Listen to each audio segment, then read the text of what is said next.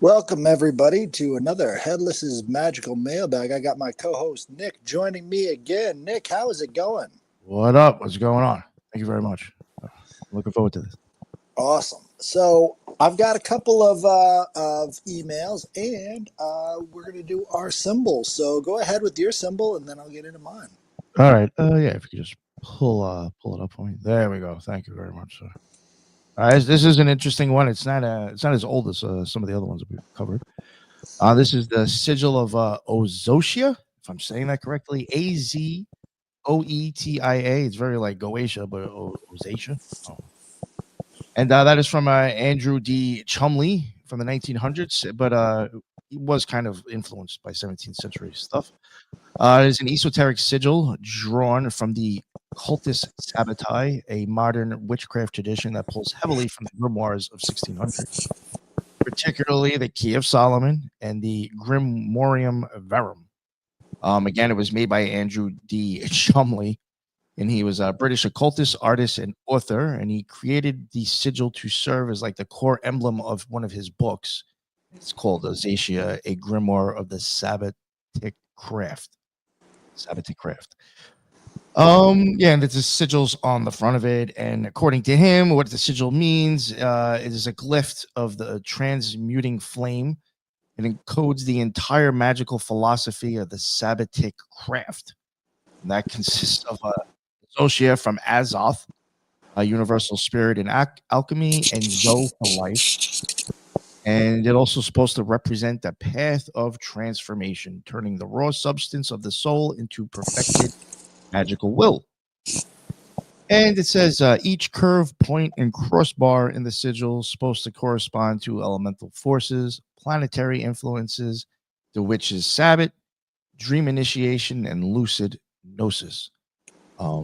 It has been known to be used for ritual work. They used it at the start of Sabbatic rites to open the crossroads between worlds. They use it for dream initiation, placed under the pillow or meditated upon to provoke visionary states and to contact spirits. Book consecration. It's often drawn into grimoire covers or on altars to consecrate stuff. And that's been used as a seal.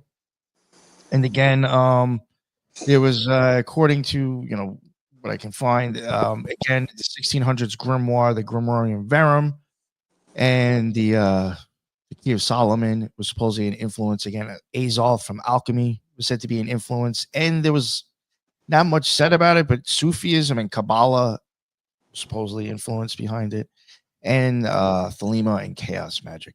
I would assume maybe because of this work of chaos magic. But that's really about it. So something different. It's interesting. It's got the eight-pointed star, right?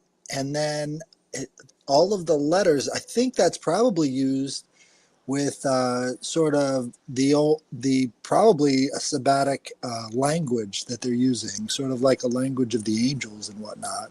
Yeah. It looks really interesting. I like it.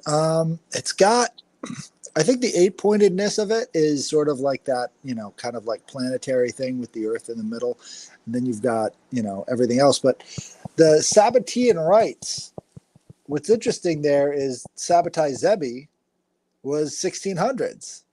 And so he's talking about the Sabbatean rites. Are these related to Sabbatai Zebi? You didn't really mention anything about that, but yeah. Well, I don't know if you'd want to, would you?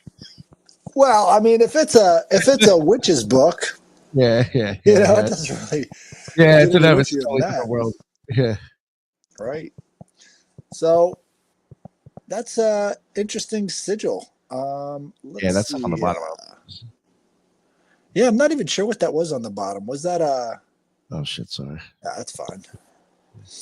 Let's see. So I got one. This is one everybody's seen before, but very few people seem to know the name of it. This is called the Valknut. And as you can see right here, you have the 9 worlds from Norse mythology. It fits into the Valknut in a continuous manner. This would be a continuous Valknut.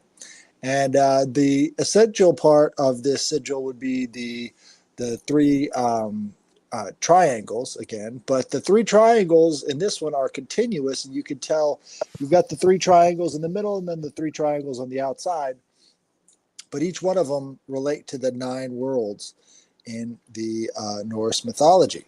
So that is that one. I tried to draw it a couple times freehand, and that's kind of what I came up with. So you've got the one in the middle. That's sort of like, if you're trying to freehand a Valknut, that's what you would kind of end up with. But then there's one over here. That's more like what you would do if you're using the continuous, and you could see where all the little corners would be versus the top. And so the Valknut is an interesting symbol. They don't know what it's actually called. They have no idea. It was just included in these panels having to do with Odin, having to do with sacrifice, having to do with Sleipnir, Odin's horse. And so what they think it might be is related to the ideas of binding, unbinding, and banishing. I'm throwing the banishing in there because that's sort of part of unbinding as well. But it's a knot, right? So it's the Valknut. And so the way that they were using it seems to be related. It was always the underside of the horse, Sleipnir. So between the 2 legs on the outside, you'll see the Valknut because it sort of almost represents those, 6 other legs, right? Because he was an 8-legged horse. And to me, it really sounds like something having to do with dream travel or some sort of out-of-body experience, because Sleipnir is like, all of the gods have these chariots, right? They have this sort of vehicle interpretation. And I think that has to do with the shamanistic way of approaching them. So this kind of Valknut idea is sort of the binding and unbinding of the mind to these things so that you can mount Sleipnir and go where you need to go, use that rainbow bridge. So yeah, that's the Valknut. Kind of looks like the sign that they use for radioactive materials. Yeah, I was thinking of that when you had it before with the 3 triangles. I was like, why does that remind me of like a biohazard? Right. But, what they were hoping with that symbol, the radioactive symbol, is if humanity gets wiped out, people can see that and instantly know, danger, don't go here, without any words. Because what if they can't even read English anymore at that point? So what they were trying to do is trying to get people's attention. So they'll put that close to a skull. But what they end up doing is creating an even more occult glyph. You've got the 3 triangles next to the skull. You can't be any more Odinic than that, I mean, you've got all of the symbols right there for Odin. And what's interesting, too, is uranium comes from Uranos, or Uranus, of the sky. And so that's also what you've got in the radioactive materials. So no matter what you do, you can't get away from the gods somehow, Also, we got these great new shirts. Yes. From Vanessa of Truthanddyes, and she included this little tree there. I don't know if you can see Tree of Life. Tree of Life. Yeah, I got a card from her too. Oh, what's that? Is that a skull? No, it's an eclipse. Nice. It looks like a skull too. Eclipse. Yeah, it does actually. Yeah, I got that. You got an eyeball on yours?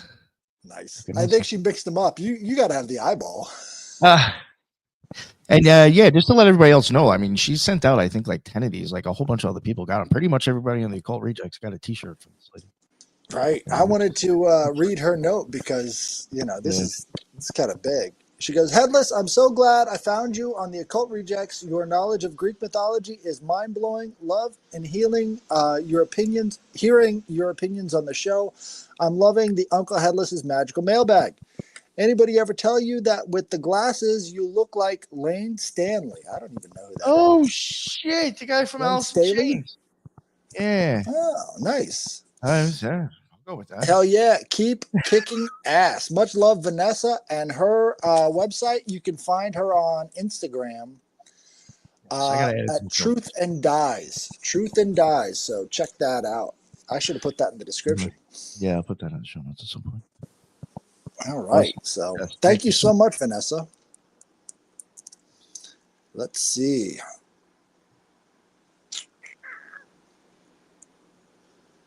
Cheese caper. JJ sending a good one this week. I don't think JJ sent me one. I thought I had one, but I guess not.